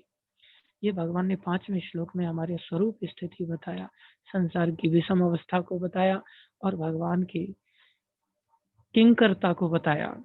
इसके बाद भगवान आगे बढ़ते हैं और भावोदय हो जाता है। भावोदय की अवस्था के लिए भक्त कामना करता है, ऐसा कब होगा मेरे साथ? जैसा कि चैतन्य महाप्रभु वर्णन कर रहे हैं, नयनम गलदश्रुधारया वदनम गदगद हृदया गिरा पुलकैर्निचितम वपु कथा तब नाम विरहने भविष्यति। प्रभु आपका नाम लेने मात्र से ही मेरे अश्रु धारा कब बहेगी, मेरा गला कब रुंध जाएगा और मेरा शरीर पुलकित हो जाएगा, ऐसी स्थिति कब आएगी। ये भाव के अनुभाव हैं, ये लक्षण हैं जो कि अष्ट सात्विक विकारों के 8 विकारों में से थोड़े से लक्षण हैं, 3 मात्र लक्षण हैं जो कि थोड़ी मात्रा में प्रकाशित होते हैं इस भाव अवस्था में। लेकिन इस भाव अवस्था में आदमी निष्ठा की स्थिति को पार करता हुआ, आसक्ति के स्तर को पार करता हुआ, भक्ति की सीढ़ियों को पार करता हुआ, आसक्ति के बाद वो भाव अवस्था में प्रवेश करता है, जिसमें कि उसका भजन साधन बहुत गाढ़ा हो जाता है। उसकी नवदा भक्ति की श्रवणम कीर्तनम विष्णु स्मरणम आदि क्रियाएं बहुत गाढ़ी हो जाती हैं, बहुत तीव्र हो जाती हैं और उसका संसार का जो स्वाद है वो अत्यधिक तुच्छ हो जाता है। इसके बाद भगवान आगे वाले श्लोक में ये भाव के बाह्य लक्षण बताए, आंतरिक लक्षण भगवान और आगे वर्णन करते हैं। वो सिद्धि है। ये 2 प्रकार की भक्ति भगवान ने इन 8 श्लोकों में बताई, एक साधना भक्ति, एक सिद्धा भक्ति। साधना भक्ति जो कि पहले 6 श्लोक, ये 5 श्लोकों तक चलती है और सिद्धा भक्ति 6, 7, 8 इन 3 श्लोकों में वर्णन की जाती है। सिद्धा भक्ति को 2 भागों में बांट दिया जाता है, भाव भक्ति और प्रेमा भक्ति, जिसमें 6वें श्लोक में भाव भक्ति, 7वें और 8वें श्लोक में प्रेमा भक्ति और प्रेमा भक्ति के लक्षणों का वर्णन किया है। इस प्रकार से भगवान इन 8 श्लोकों का वर्णन कर रहे हैं। तो इसमें भगवान कह रहे हैं आने वाले श्लोक में यही भाव और गाढ़ा हो गया और ये बहुत जल्दी हो जाता है। जैसे सूर्य उदय से पहले जो सुबह में अरुणोदय होता है, वो अरुणोदय में और सूर्य उदय में बहुत ज़्यादा समय नहीं लगता, समय तो रात्रि को पार करने में लगता है। इसलिए समय तो अनर्थ निवृत्ति में लगता है। समय भाव अवस्था में प्रवेश करने के बाद प्रेम अवस्था में प्रवेश करने में देर नहीं लगती। यदि सच्चा भाव हो तो, यदि सच्चा भाव नहीं है तो दिखावटी भाव तो जीवन भर दिखाते चले जाएँ हम, कभी हमें प्रेमोदय नहीं होगा। प्रेमोदय होता है और 7वें श्लोक का भगवान उच्चारण करते हैं। 7वें श्लोक में ऐसा प्रेमोदय होता है जो 5 रसों को देने वाला होता है, जिसमें कल 5 संबंध हम बता रहे थे, शांत, दास्य, साख्य, वात्सल्य और माधुर्य प्रेम के लक्षण। ये 5 रस हैं जिसमें भक्त ऐसा फ़ील करता है, युगायितं निमेषेन चक्षुषा प्रावृषायितम्। हे प्रभु, पलक लगने तक का भी समय इतनी छटपटाहट है। ये स्वाभाविक रूप से भक्त इतना तेजी से भगवान की ओर आकर्षित होता है, जैसे शुद्ध चुंबक हो, शुद्ध लोहा हो, तो उसको धकेलने की जरूरत नहीं पड़ती चुंबक की ओर जाने के लिए, स्वाभाविक रूप से वो एकदम से खिंच जाता है। इसीलिए भगवान कह रहे हैं युगायतम निमेषेन, मेरे से आपका एक निमेष का भी विरह अब सहन नहीं होता। एक निमेष काल अर्थात पलक झपकने तक का समय मुझे एक युग के बराबर प्रतीत हो रहा है, अथवा कुछ आचार्य कहते हैं 12 वर्षों के बराबर प्रतीत हो रहा है। इतना भगवान का प्रीति उनको याद आती है। जैसे कि कल शांत रस की हम बात कर रहे थे, कैसे वो वृक्ष लोग छुई मुई की तरह मुरझा जाते हैं, उनसे सहन ही नहीं होती, सारी रात कैसे विरह सहन करेंगे। बछड़े लोग भगवान को छोड़ना नहीं चाहते, गायें कुछ खाना पीना नहीं चाहती, ऐसे रस में वो ओत-प्रोत हो जाते हैं। ये आनंद का अनुभव वो शांत रस में ब्रह्म निष्ठा होने के कारण, ब्रह्म भगवान से निष्ठा होने के कारण ऐसा होता है। तो जिसमें युगायतम निमेषेन आगे क्या कह रहे हैं, पहले तो कह रहे थे ऐसी मेरी आंखों से अश्रुपात कब गिरेंगे, अब कह रहे हैं प्रावृषायतम। हाँ, युगायतम निमेषेन, मेरे निमेष युग के बराबर हो रहा है और आंखों से अश्रु धारा ऐसे बह रही है जैसे वर्षा बहती हो। युगायतम निमेषेन चक्षुषा प्रावृषायतम शून्यायतम जगत सर्वम गोविंद विरहे न में। गोविंद का विरह ऐसा ऐसा सता रहा है मेरे को कि अब मेरे से सहन ही नहीं होता, सारा संसार शून्य दिख पड़ता है। और ये प्रेम जैसे ही जागृत होता है तो इस प्रेम की और आगे अवस्थाएं गाढ़ी होती चली जाती हैं। जैसे श्रद्धा गाढ़ी होती है तो साधु संग में चली जाती है, साधु संग में जब चली जाती है तो भक्तों की आज्ञा का पालन करता हुआ भजन क्रिया में चली जाती है, तो वो और साधु संग गाढ़ा होता है तो भजन क्रिया होने लगती है, भजन क्रिया गाढ़ी हो जाती है तो अनर्थ फटाक से चले जाते हैं।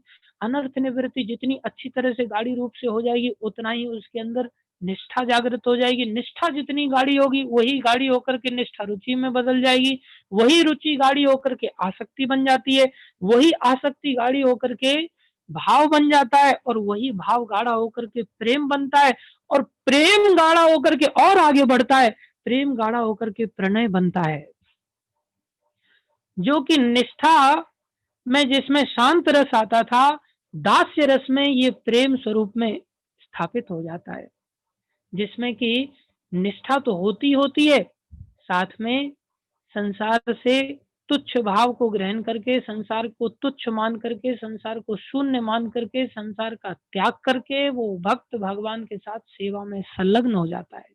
जहाँ प्रेम है वहाँ सेवा स्वाभाविक रूप से होती है। जैसे दीपक जी का चरित्र बताया, दीपक जी का अपने गुरुदेव में प्रेम है तो हर परिस्थिति में वो सेवा करने के लिए तैयार है। इसलिए यहाँ सेवा भाव में जैसे कि रक्तक, पत्रक और चित्रक आदि, हनुमान आदि का हमने उदाहरण दिया, ये दास्य रस के भक्त हैं और इनको दास्ता बड़ी अच्छी लगती है। इनकी दास्ता आदि ये सब बताएंगे तो बहुत लंबा समय चला जाएगा, हम संक्षेप में आगे बढ़ रहे हैं। देखा जाए तो एक एक श्लोक एक एक शब्द में ही इतना विस्तार से बताया जा सकता है कि इसमें महीनों बीत सकते हैं, लेकिन हमें ये लिमिट के अंदर ही खत्म करना है। संभवतः मेरा प्रयास है आज ही खत्म हो जाए, आज एकादशी का पवित्र दिन है, चाहे 5 मिनट ज़्यादा ले लें। तीसरे स्तर पर जब वही प्रणय आगे बढ़ता है, तो प्रणय किसमें बदल जाता है? प्रणय परिपक्व होकर के मान में बदल जाता है। और प्रणय में, दास्य रस में तो प्रेम होता है, और प्रेम जब परिपक्व हुआ तो वो प्रणय बना। प्रणय में क्या होता है? इक्वलिटी का भाव आ जाता है, भगवान के साथ समानता का भाव आ जाता है, और जहाँ समानता होती है वहां संकोच नहीं होता। जो दास्य रस के भक्त हैं, ये लोग डरते हैं थोड़ा सा कि कहीं हमसे कोई गलती न हो जाए, कहीं हमारा भगवान का हमसे कोई कुछ व्यवहार में गलती न हो जाए, कहीं हम लेट ना हो जाएं। इस प्रकार से थोड़ा डर डर करके ये लोग सेवा करते हैं। लेकिन जब यही प्रेम परिपक्व होकर के, गाढ़ा होकर के, और आत्मीयता इसमें बढ़ जाती, और अपनापन इसमें बढ़ जाता है, तो ये प्रणय बन जाता है, और प्रणय बन करके सखा के साख्य रस में प्रवेश कर जाता है वो भक्त, जिसमें उसको भय नहीं होता भगवान के साथ खेलने में, कूदने में, बातचीत करने में। भगवान के कंधे पर भी भक्त लोग चढ़ जाते हैं, जैसे श्री दामा है, अर्जुन है, सुबल है, मधुमंगल है। ये भगवान को खूब चिढ़ाते हैं, भगवान के साथ खूब मस्ती करते हैं। और ये प्रणय भी और आगे बढ़ता है तो ये मान का रूप धारण कर लेता है। ये मान संसार वाला, रूठने वाला गुस्सा नहीं, ये मान आध्यात्मिक मान है। इसमें क्या होता है? इसमें भक्त मानित होकर के कई बार भगवान को भी वश कर देता है, और भगवान भक्त को मनाते हैं। भगवान भक्तों से खेलते, भक्त लोग कई बार मना कर देते कृष्ण को, अब इस कन्हैया को नहीं खिलाएंगे हम, अब गेम में ये चीटिंग करता है। तो भगवान देखते हैं मेरे साथ कौन खेलेगा, फिर सारे के सारे तो गायब हो जाएंगे, मैं अकेला पड़ जाऊंगा। भगवान एक एक सखा के पास जाकर के चरणों में निवेदन करते हैं, भैया आगे से कभी चीटिंग नहीं करूंगा, आप मेरे को एक बार खेलने का मौका दे। तो ये साख्य रस है, जिसमें कि प्रणय और मान तक चला गया यही प्रेम। उससे आगे यही मान जो है, जब वात्सल्य में प्रवेश करता है तो ये स्नेह बन जाता है। स्नेह में क्या होता है? ये चित्त को द्रवित करके प्रेम को और प्रगाढ़ बनाता हुआ ऐसा अंदर भाव पैदा करता है कि दर्शन की लालसा कभी जाती नहीं। इतनी अंदर छटपटाहट रहती है कि प्रभु के दर्शन के बिना मैं रह ही नहीं सकता। और उल्टा ये सुपीरियरिटी में प्रवेश करा देता है, स्नेह जैसे ही बन जाता है यही प्रेम।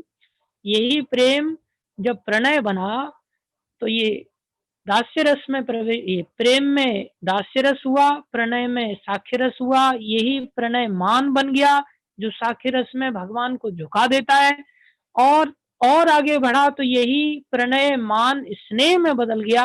स्नेह में भगवान के साथ जो संबंधी हैं वो सुपीरियर अपने आप को मानता है। कृष्ण इंफीरियर हैं, छोटे हैं, मैं उनसे बड़ा हूँ। जैसे यशोदा मैया है, नंद बाबा हैं, बड़ी बड़ी गोपियां हैं, ये कृष्ण को नचाते हैं। कृष्ण के प्रति इतना स्नेह होता है कि कृष्ण के बारे में हर समय चिंतित रहते हैं, भयभीत रहते हैं। सर्वशक्तिमान भगवान को लेकर के भी इनको टेंशन चालू हो जाता है। इनको ऐसा लगता है भगवान को कहीं कुछ हो न जाए। जो सर्वशक्तिमान भगवान है उनको लेकर के ऐसी चिंता में डूब जाते हैं, कहीं भगवान को कुछ हो न जाए, इतना इनके अंदर चिंता सताने लग जाती है। ये स्नेह बना, और यही स्नेह आगे चल करके जब और बड़ा होता है तो ये राग बन जाता है। ये राग संसारी राग नहीं, ये कृष्णमयी राग है। और ये राग माधुर्य प्रेम को प्रकाशित करता है, जिनमें क्या होता है? जो एक क्षण का वियोग भी माधुर्य प्रेम के स्तर में, जिसमें कि ना केवल इक्वलिटी से भी ऊपर सुपीरियरिटी हुई, सुपीरियरिटी से भी ऊपर ओनरशिप आ जाती। मैं बड़ा हूं लेकिन और भी बड़े हो सकते हैं। लेकिन माधुर्य प्रेम में इतना ओनरशिप आ जाता है, इतना उसको अपनत्व आ जाता है कि कृष्ण मेरे ही हैं और किसी के नहीं है। जिसमें कि कृष्ण को लेकर के दूसरा अगर कोई बनाता है तो बोले उनको जलन होती है। ऐसी गोपियों की अवस्था है, जिसमें कि दूसरी गोपी के साथ जब कृष्ण चले जाते हैं तो अन्य गोपी को जलन होती है थोड़ी सी।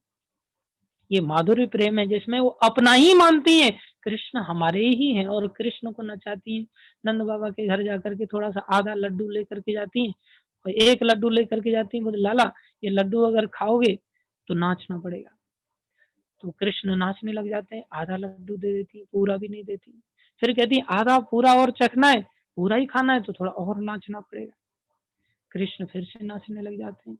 कृष्ण ओन्ड हो जाते हैं, उनके द्वारा खरीद लिए जाते हैं एक प्रकार से। ये माधुर्य प्रेम है जिसमें एक क्षण का वियोग, अर्थात वियोग ऐसा लगता है जैसे न जाने कितने सारे युग बीत गए और करोड़ों युगों का जो संयोग है, जो मिलन है, वो एक क्षण जैसा लगता है। अर्थात संयोग के समय में यदि पलक भी गिर जाए, भगवान से मिलन के समय में यदि पलक भी गिर जाए तो उनसे सहन नहीं होता। ये दशा है माधुर्य प्रेम की। और यही प्रेम और आगे बढ़ता है तो ये भाव को जागृत करता है। ये प्रेम से ऊपर वाला भाव है, नीचे वाला भाव का तो हम वर्णन कर चुके। उसके बाद प्रेम में प्रवेश किए, प्रेम प्रणय बना, प्रणय मान बना, मान स्नेह बना, स्नेह राग बना, राग से ऊपर अनुराग बना, अनुराग से ऊपर भाव बना, भाव से ऊपर महाभाव बना, जिसमें राधा रानी और अन्य राधा रानी की अंतरंग गोपियां शामिल हैं। ये गोपियां समस्त प्रेम की पराकाष्ठा हैं, जिसमें ये दोनों मर्यादाओं का त्याग कर देती हैं, जिसमें संसार के संबंधों को ही पहले तो त्यागना कठिन हो जाता है, जिसे लोक मर्यादा कहते हैं। लोक मर्यादा ऐसी निकृष्ट है कि आदमी इसका त्याग ही नहीं कर पाता और हमको लगता है हम कोई पाप कर्म थोड़ी कर रहे हैं, मेरे संबंधी है, सगे संबंधी, बोले नहीं, यही आसक्ति जो है यही यमराज से मिलाने वाली है। हम चाहे हमको लगे कि हम कोई पाप कर्म नहीं कर रहे हैं, हम तो अपने अपने लोगों के साथ संबंध आराम से, हाँ, बड़ी अच्छी तरह से धार्मिक रूप से निभाते हुए चल रहे हैं। हमने कोई पराई स्त्री का संग नहीं किया, कोई चोरी चपाटी नहीं की, कोई जुआ सट्टा नहीं किया, बोले कुछ भी नहीं किया हो लेकिन आपके अंदर आसक्ति है ना। तो भागवत में कहा जाता है यमराज के द्वारा कि जो जो लोग आसक्त हैं अपने इन सब परिवारी जनों से, संसार में शारीरिक आसक्ति रख रहे हैं, उन सबको पकड़ पकड़ के ले आओ और ला करके नरक में डाल दो। और भागवत, ये महाभारत में वर्णन आ रहा है, दो शब्द हैं जो मृत्यु से मिलाते हैं और तीन शब्द हैं जो भगवान से मिलाते हैं। मात्र दो और तीन शब्दों का महाभारत में वर्णन आ रहा है। कह रहे हैं मम इति, यदि मैं कहूं ये मेरा है, मम इति, जिसमें मम जो शब्द हैं, ये दो शब्द हैं, ममेति, ये मेरा है, ये मेरा है, ये मेरा है, बोले ये मृत्यु से मिलाएंगे और ये यमराज से मिलाएंगे, नरकगामी बनाएंगे, 84 लाख योनियों के चक्कर लगाएंगे। तीन शब्द है, न मम इति, न मम इति, जिसको कहते हैं न मेरा ये है, न मेरा वो है, न मेरा कुछ भी नहीं, मेरा शरीर भी नहीं। तो जो न मम, ये तीन शब्द, मम ये दो शब्द मृत्यु से मिलाने वाले हैं। आसक्ति ही सबसे बड़ा पाप है और अनासक्ति ही भगवान से मिलाने का एकमात्र रास्ता है। तो गोपियों ने समस्त आसक्तियों के बंधनों को तोड़ दिया, जिनको तोड़ पाना बहुत कठिन होता है, पुरुष लोग नहीं तोड़ पाते। स्त्री होकर के भी गोपियों ने, अबला होकर के भी गोपियों ने सारे सगे संबंधियों को सबको त्याग दिया कृष्ण के लिए। वेद की मर्यादा का भी त्याग कर दिया, जिसमें कि रात्रि के समय में किसी पर पुरुष से नहीं मिलना चाहिए, लेकिन श्री कृष्ण को उन्होंने नित्य पति मान करके रात्रि में जाकर के कृष्ण के पास पहुंच गए और कृष्ण से प्रेम की पराकाष्ठा का उन्होंने परिचय दिया। ऐसी पराकाष्ठा का परिचय दिया जिसमें ऐसी निष्ठा का वर्णन किया। देखो, हम पहले तो त्याग करते ही नहीं, और त्याग करते हैं तो उसमें यह भी समस्या आ जाती है कि हमको ऐसा लगता है मैंने ऐसा किया।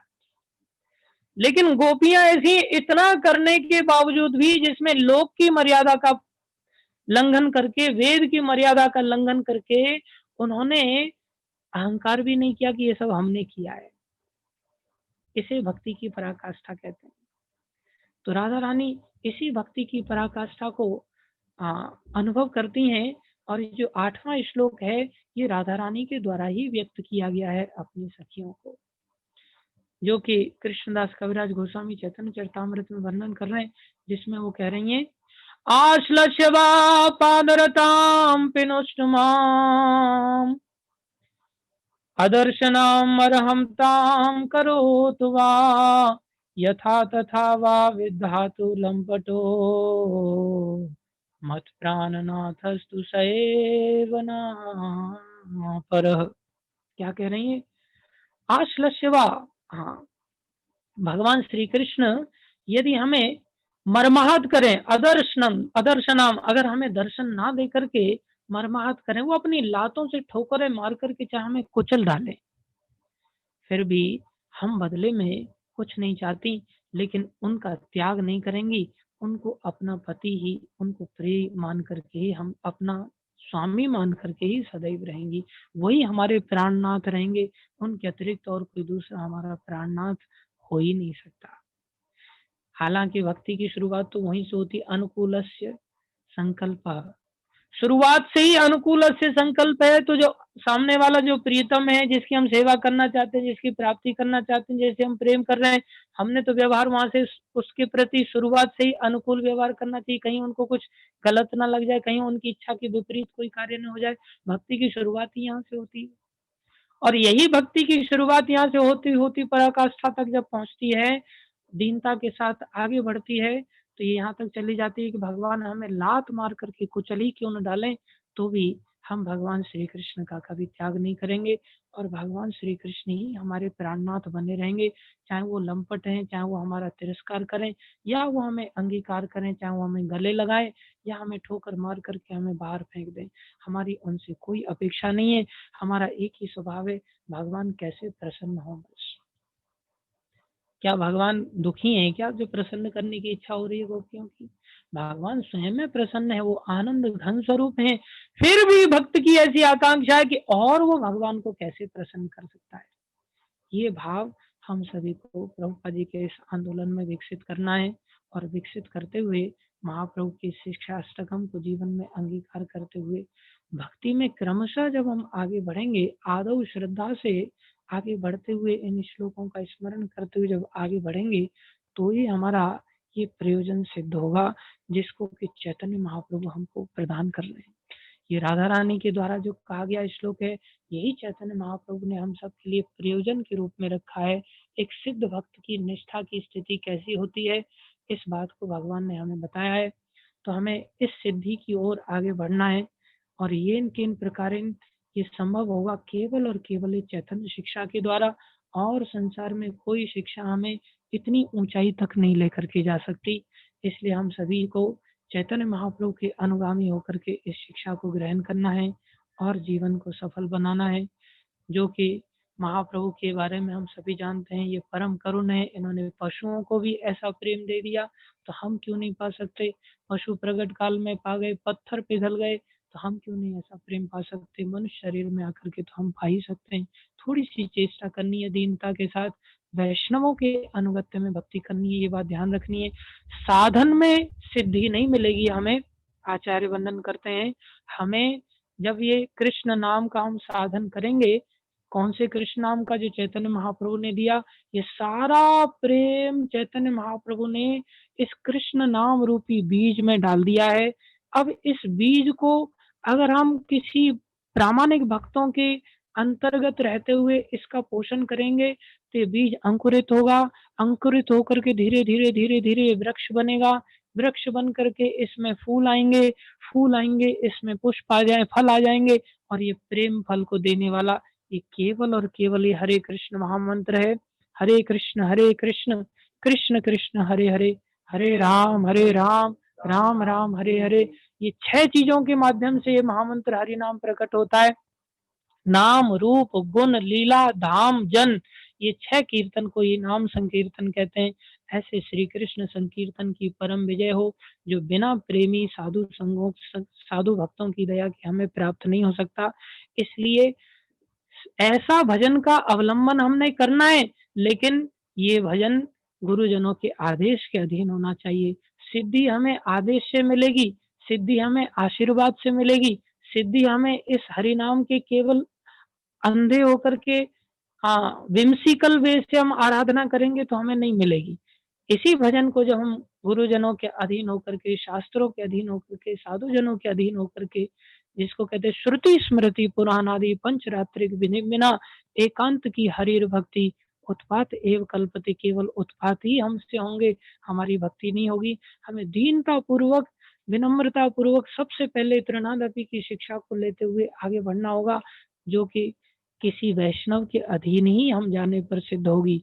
दीनता अपने आप में हम प्रदर्शित नहीं कर सकते। तत् विधि प्रणिपातेन परिप्रश्नेन सेवया उपदक्षन्ति ते ज्ञानम ज्ञानिनः तत्वदर्शिनः। हमें आचार्य उपासनम शौचम, आचार्यों के अंतर्गत चलना होगा, भगवान के आदेश के अनुसार चलना होगा। श्रुति स्मृति पुराण आदि अगर भगवान प्रकट काल में उपलब्ध नहीं है तो आचार्यों के अनुसार चलना पड़ेगा। आचार्य नहीं है तो कोई उत्कृष्ट साधन करने वाला, कोई योग्य लीडर हो, कोई भक्त हो जो अच्छा साधन करता है, उसकी कृपा के अधीन रहते हुए यदि हम चलेंगे तो हम इसमें जरूर सफलता पाएंगे। और महाप्रभु का जो मिशन है, जिसमें महाप्रभु ने अपनी श्रेष्ठता को दर्शाया है, इस भजन से हम समझ सकते हैं। इस भजन को मैं गाना चाहूंगा। अंत में थोड़ा समय तो लग रहा है, 5-1 मिनट का। आप सभी से निवेदन है, मुझे क्षमा करें, लेकिन आज हम इसको समाप्त कर रहे हैं, शिक्षाष्टकम को, इसलिए महाप्रभु का स्तुति गाना बड़ा जरूरी हो जाता है। परम करुणा बहु दुई जन निताई गौर चंद्रा, परम करुणा बहु दुई जन निताई गौर चंद्रा, सब अवतार सार शिरोमणि, सब अवतार सार शिरोमणि, केवल आनंद कंदा, केवल आनंद कंदा, परम करुणा बहु दुई जन, परम करुणा निताई गौर चंद्रा, निताई। क्या कह रहे हैं?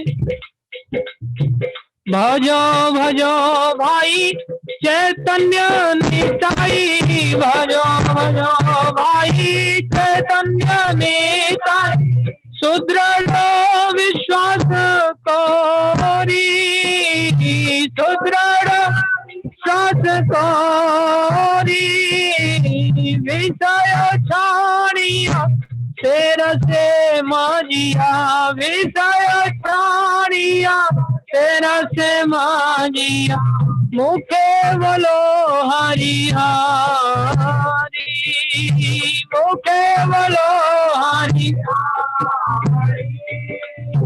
देखो रे भाई त्रिभुवने नहीं, देखो रे भाई, देखो ये तीनों लोगों के नायक हैं। ए मन दयाल दाता, ए मन दयाल दाता, इनसे ज्यादा दयालु और कोई नहीं हुआ। कैसे? पशु पक्षी झुरे पाषाण विधि रे, पशु पक्षी झुरे पाषाण में, पशु पक्षी झुरे पाषाण विधि रे, पशु पक्षी झुरे सुनी जार गुण गाता, सुनी जार गुण गाता, जिनकी गुणगान सुन करके पशु पक्षी ये भी पिघल गए, ये भी विदीर्ण हो गए, और जो पत्थर हैं वो भी पिघलने लग गए। ये महाप्रभु की गुणगान है। लेकिन मैं कैसा रह गया? संसार माजिया रोही लो बढ़िया, संसार माजिया रोही लो बढ़िया, मैं संसार में ही मजा लेते रह गया, जबकि संसार दुखों का घर है। संसार माजिया रोही लो बढ़िया, संसार माजिया रोही लो बढ़िया, से पद नाही लो आसो, से पद नाही लो आशा, उनकी आशा नहीं की, उनके चरणों का आशा नहीं लिया, संसारी आशा में डूब गया। आपन करम भुंजायो श्यामन, आपन करम भुंजायो श्यामन। बोले मैं मेरे ही कर्मों में भूल रहा हूँ, आज संसार में चल रहा हूँ। आपन करम भुंजायो श्यामन, आपन करम भुंजायो श्यामन। काहे लोचन दाता, काहे लोचन हे परम करुणा पाओ दुई जन, परम करुणा। निताई गौर चंद्रा, निताई गौर चंद्रा, सब अवतार सार शिरोमणि, सब अवतार सार शिरोमणि, सब अवतार सार शिरोमणि, सब अवतार सार शिरोमणि। केवल आनंद कंदा, केवल आनंद कंदा। निताई गौरंग, निताई गौरंग, निताई गौरंग, निताई गौरंग गौर हरे, निताई गौरंग गौर हरे, गौरा गौरा गौर हरे, गौरा गौरा। जय सच्चिदानंद गौर हरे, जय सच्चिदानंद गौर हे, पतित पावन गौर हरे, पतित पावन गौर हरे। मैं अपराधी गौर हरे, मैं अपराधी गौर हरे, अपराध क्षमा करो गौर हरे, अपराध क्षमा करो गौर हरे। एक बार दया करो गौर हरे, एक बार दया करो गौर हरे। अति दयालो गौर हरे, अति दयालो गौर। हरि बोल, हरि बोल, हरि बोल, हरि बोल, निताई गौर हरि बोल, हरि बोल, हरि। जय जय प्रभुपाद, प्रभुपाद, प्रभुपाद, प्रभुपाद, जय जय प्रभुपाद, प्रभुपाद, प्रभुपाद। जय जय गुरुदेव, गुरुदेव, गुरुदेव, गुरुदेव, जय जय गुरुदेव, गुरुदेव। जय राधे, जय राधे, जय राधे, जय श्री राधे, जय राधे, जय राधे, जय राधे। बोलो गौर निताई चांद की जय, जगत गुरु शिल प्रभुपाद की जय, श्री गुरु महाराज की जय, अनंत कोटि वैष्णव वृंद की जय। आप सब भक्तों का धैर्य पूर्वक श्रवण करने के लिए बहुत बहुत धन्यवाद। आप सब भक्तों की भी जय जयकार हो। तो ये हमने संक्षेप में, काफी संक्षेप में चैतन्य शिक्षाष्टकम का वर्णन किया। इस वर्णन में हमारी कोई योग्यता नहीं थी, लेकिन फिर भी गुरुदेव और प्रभुपाद जी के आशीर्वाद से, आप सभी वैष्णवों के आशीर्वाद से, जो भी टूटी फूटी भाषा में पतित होते हुए भी जो कुछ भी वर्णन कर सके, उसके लिए हम आपसे आशीर्वाद की पुनः अपेक्षा करते हैं कि इसी प्रकार से आप लोग आशीर्वाद देते रहें। और जो कुछ भी वर्णन किया उसमें यदि कोई त्रुटि रही हो तो आप सभी से मेरी करबद्ध प्रार्थना है, पतित समझ करके मुझे अवश्य क्षमा करें। और जो कुछ भी इसमें आप लोगों को अच्छा लगा हो, ये सारा श्रेय गुरुदेव को जाता है, प्रभुपाद जी को जाता है, विशेष रूप से गुरुदेव की दीनता को जाता है। उन्होंने ही ये दीन भाव की शिक्षा दी है जो मैं नहीं ग्रहण कर पा रहा हूँ। मैं फिर भी प्रयास कर रहा हूँ आने वाले समय में जैसे जैसे आ जाए दीनता तो जीवन सफल हो जाए। समय तो बहुत कम बचा है। तो आप सबका बहुत-बहुत धन्यवाद देता हूँ मैं, आभार प्रकट करता हूँ और आने वाले समय में कभी मौका मिला तो चैतन्य महाप्रभु की लीलाओं का भी गान करेंगे जो अत्यधिक जैसा बताया फलदायक है, पशु-पक्षियों को भी बदलने वाली हैं, तो मेरा भी हृदय बदल पाएगा कभी इनका गान करके और इनको श्रवण करके। तो आप सबका बहुत-बहुत धन्यवाद, बहुत-बहुत आभार। हरे कृष्णा, दंडवत आप सभी भक्तों को। आने वाले समय में कार्तिक मास में भी हाँ, पूरा कार्तिक में यात्रा एक करने का प्रयास है, जो गोवर्धन के ही आस-पास की जितनी भी लीला स्थलियाँ हैं, उन सभी को लेकर के हम इसी समय तो नहीं कर पाएँगे। हाँ, रात्रि को थोड़ा-सा आगे बढ़ाते हुए 9 से 10 बजे के बीच में हम उसको करने का प्रयास करेंगे। तो 9 से 10 का वो समय रहेगा मोस्ट प्रोबेबली। बाकी आपको मैसेज डाल दिया जाएगा जो भी समय होगा। तो इस संबंध में आप लोगों के कोई प्रश्न हो तो पूछ सकते हैं। हरे कृष्णा। आज की क्लास थोड़ी-सी लंबी चल गई, क्षमा कीजिए, लेकिन आज समाप्त करना था इसलिए आवश्यक था। हरे कृष्णा प्रभु जी, दंडवत प्रणाम प्रभु जी। धन्यवाद, धन्यवाद प्रभु जी। हरे कृष्णा। जेके जेके दास बोल दास रहा हूँ, प्रभु। हाँ, फरीदाबाद से बोल रहा हूँ प्रभु जी। जी। आपका तबीयत ठीक है, मतलब? हाँ, प्रभु जी ठीक है, आप लोगों का आशीर्वाद हाँ, है। प्रभु जी यही रिक्वेस्ट था कि कार्तिक महीने भी मतलब कुछ ना कुछ आप इस तरह से कथा, मतलब जो भी आपको मतलब अच्छा लगे, महाप्रभु के ऊपर, हाँ, भगवान महाप्रभु श्री चैतन्य महाप्रभु के ऊपर कोई ना कोई कथा आप बोलिएगा कार्तिक ज़रूर, महीने। ज़रूर जैसा भी और प्लान करके निर्धारित होगा उसके अनुसार आपकी सेवा में ज़रूर प्रभु जी उपस्थित एक चीज होंगे और प्रभु। पूछना था, जैसे जी। रुचि, आसक्ति, भाव और प्रेम, उसके हुँ, हुँ। बाद वाला जो स्टेज आपने बताया, उसमें मैं वो देख रहा था, एक किताब है माधुर्य कादम्बिनी, उसमें वो लिखा हुआ हाँ, है स्नेह, माना, प्रणय, रागा, अनुरागा, महाभाव। तो हाँ, ये जो सीरीज है, ये मतलब जो उसका जो सीक्वेंस है करेक्ट है? फर्स्ट स्नेह दिया हुआ है, हाँ, मतलब प्रेम के करेक्ट ही बाद है स्नेह, और उसके बाद माधुर्य मान। कादम्बिनी में भी बहुत सुंदर सिलेबस है, उसको भी कभी आने वाले समय में लेंगे तो उसमें और विस्तार से उसको समझा पाएँगे, ओके, समझ प्रेम पाएँगे। उसका जो वो दिया हुआ है स्नेह, उसके बाद दिया हुआ है मान, दिया हुआ है हाँ, प्रणय, राग, अनुराग, देन महाभाव। यही है कोई सीक्वेंस? बात नहीं, मान उसमें भी प्रवेश करता है, मान इधर भी प्रवेश करता है, मान आगे तक चला जाता है। हर हर स्टेप में मान तो आगे जाएगा। अच्छा, अच्छा, अच्छा। दास्य रस की निष्ठा, ये शांत रस की निष्ठा दास्य रस में तो बाय डिफ़ॉल्ट जाएगी और साक्ष्य रस का जो असंकोच भाव है, वो दास्य रस का जो प्रणय भाव है, जो सेवा भाव है, वो साक्ष्य रस में प्रवेश करेगा ही करेगा। साक्ष्य रस का जो असंकोच भाव है, वो वात्सल्य रस में जाएगा। जो वात्सल्य रस का जो स्नेह भाव है, वो आगे चल कर के माधुर्य रस में जाएगा।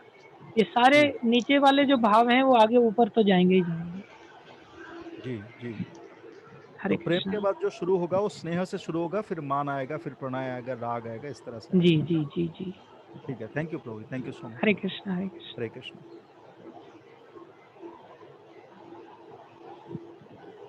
हरे कृष्णा प्रभु जी, धन्य प्रणाम। हरे कृष्णा, धन्यवाद माता जी। प्रभु जी बहुत अच्छी कथा प्रभु जी, गुरु महाराज प्रभुपाद की कृपा से बहुत अच्छा लगा। और धन्यवाद माता जी, प्रभु जी बहुत-बहुत। मेरा प्रश्न था कि प्रभु जी जो आपने कथा बताई उसमें जो गुरु जी होते हैं वो इतनी निष्काम भक्ति करते हैं, जैसे शिव जी भी प्रकट हुए थे फिर भी वो अपने शिष्य को कहते हैं कि उनसे आपको कुछ नहीं मांगना, सिर्फ भगवान की सेवा और वही। तो हुँ।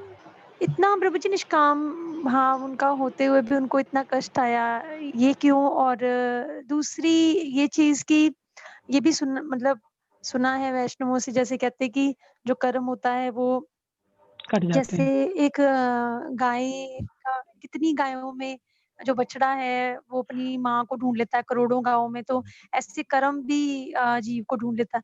तो ये हुँ, दोनों हुँ। चीज़ें समझ फिर कहते हैं भक्ति करो तो कर्म घटते हैं, पहाड़ हुँ। जैसे हों और वो कंकर बन जाते हैं। तो ये सारी चीज़ें थोड़ा समझा दीजिए आप हाँ, प्लीज़। इसमें हरे रहस्य है कृष्णा। भक्ति का। देखो कई बार भक्तों के जीवन में भी कष्ट आते हैं। वो भक्तों के जीवन में कष्ट इसलिए आते हैं क्योंकि हम उनसे ये सीख प्राप्त कर सकें, वो कष्ट उनके कर्मानुसार नहीं होते मूलतः। जैसे पांडवों के जीवन में कष्ट आए तो पांडव तो नित्य मुक्त जीव हैं, उन्होंने ऐसे कौन से कर्म किए जिसके कारण उनके जीवन में ऐसे कष्ट आते हैं। लेकिन संसार में भगवान अपने भक्तों से इस प्रकार से आचरण करवा लेते हैं, जिससे वो भक्त और विनम्र बन जाए और उन भक्तों से हम सीख पाएँ कि हम कष्ट निवारण के लिए भक्ति नहीं कर रहे हैं।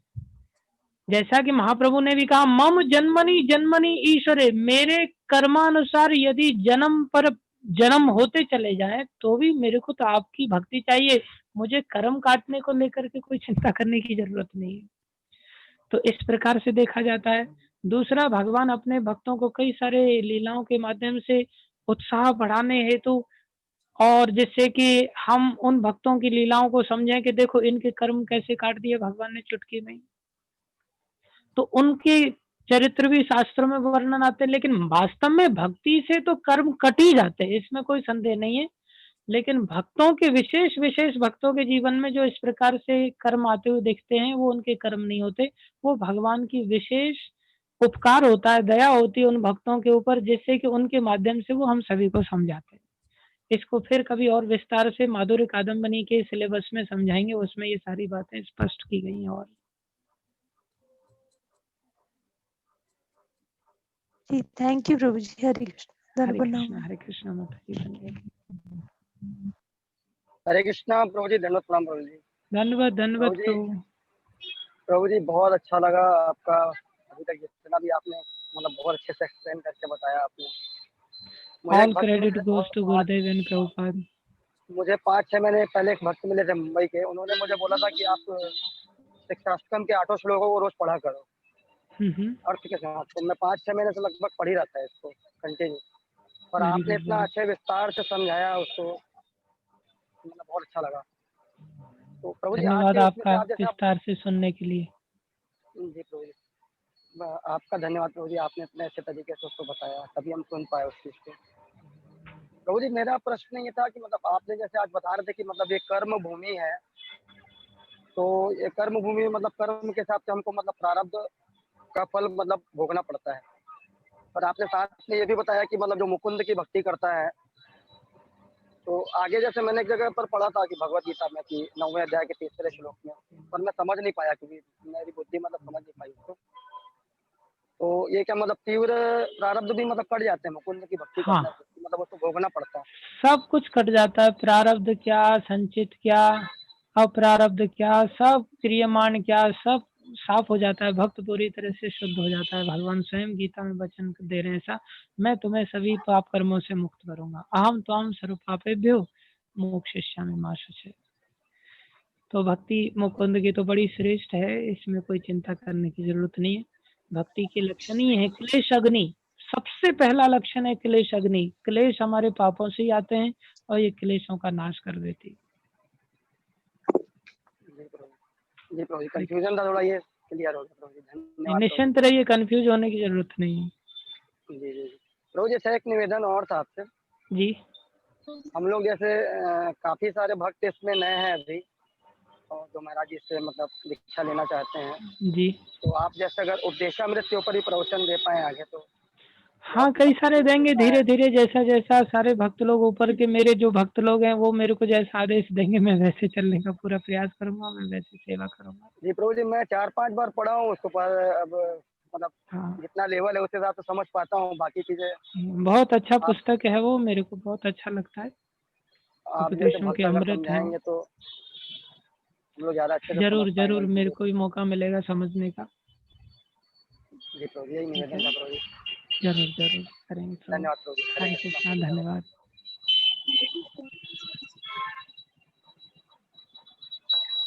Any more? उत्तम श्लोक प्रभु ने हैंड रेज किया था। हरे कृष्णा प्रभु जी। प्रभु जी हरे कृष्णा। हरे कृष्णा। आपने बताया आज लेक्चर में जो सारा लेडर है भक्ति का, आप कहाँ तक पहुंच सकते हैं। जी, हमारा लेवल तो ऐसा है ही नहीं कि हम उसे समझ सके पहले, तो फिर उधर तक पहुंचने की तो बात क्या है। कभी कभी मटेरियल लाइफ से अलग होके स्पिरिचुअल लाइफ में कब जाना है वो भी नहीं पता चलता है, तो उधर की तो क्या बात है।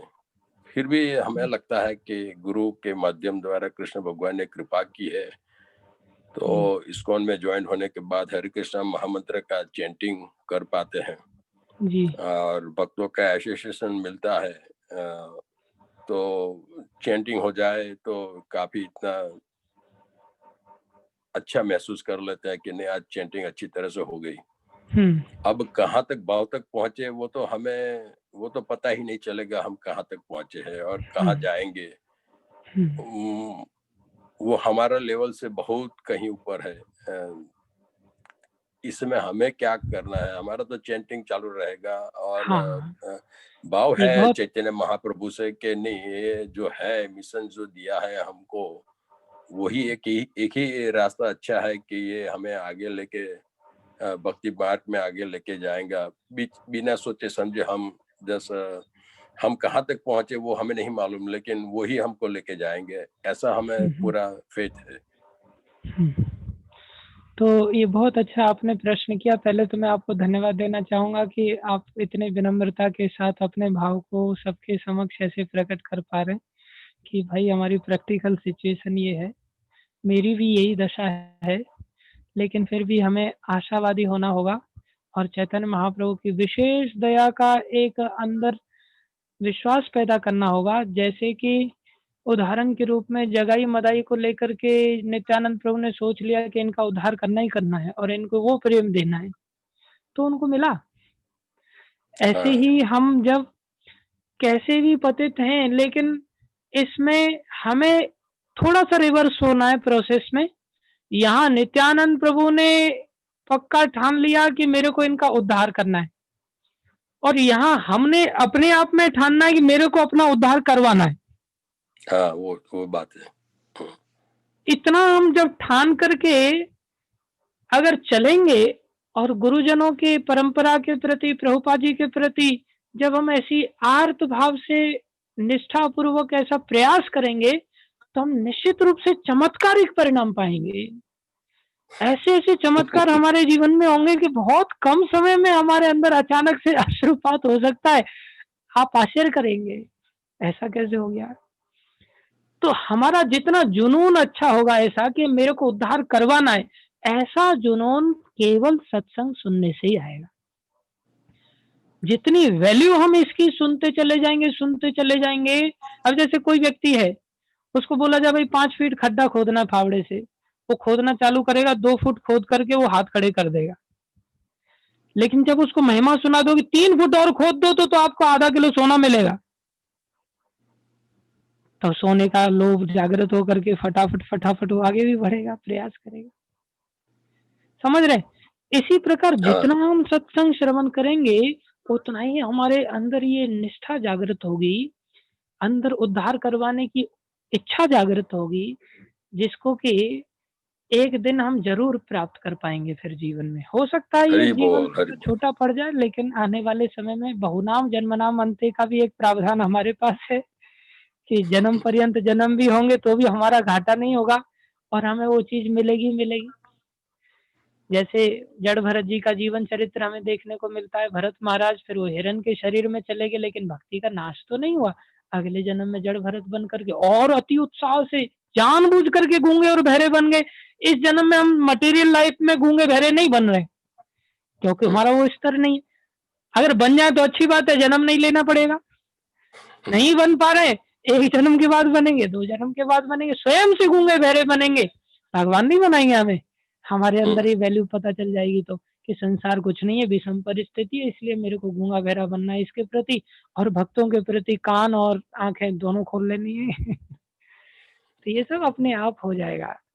सत्संग करें हम नियमित रूप से मन बना लें कि मेरे को उद्धार करवाना है।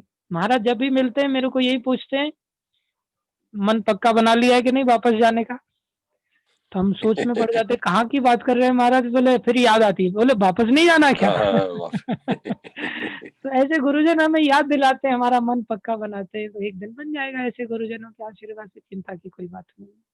सत्संग करें, गुरुजनों का आशीर्वाद ले, अपना मन बनाएं। बस आप सभी वैष्णवों का, आपका संत महात्माओं का, गुरुजनों का बस हमें आशीर्वाद ही चाहिए, हम आगे बढ़ सके। जी हमने ठान ली है कि हमें आगे बढ़ना है। ग्रेट। Thank you. आपको प्रणाम, धन्यवाद, प्रणाम प्रभु। हरे कृष्ण।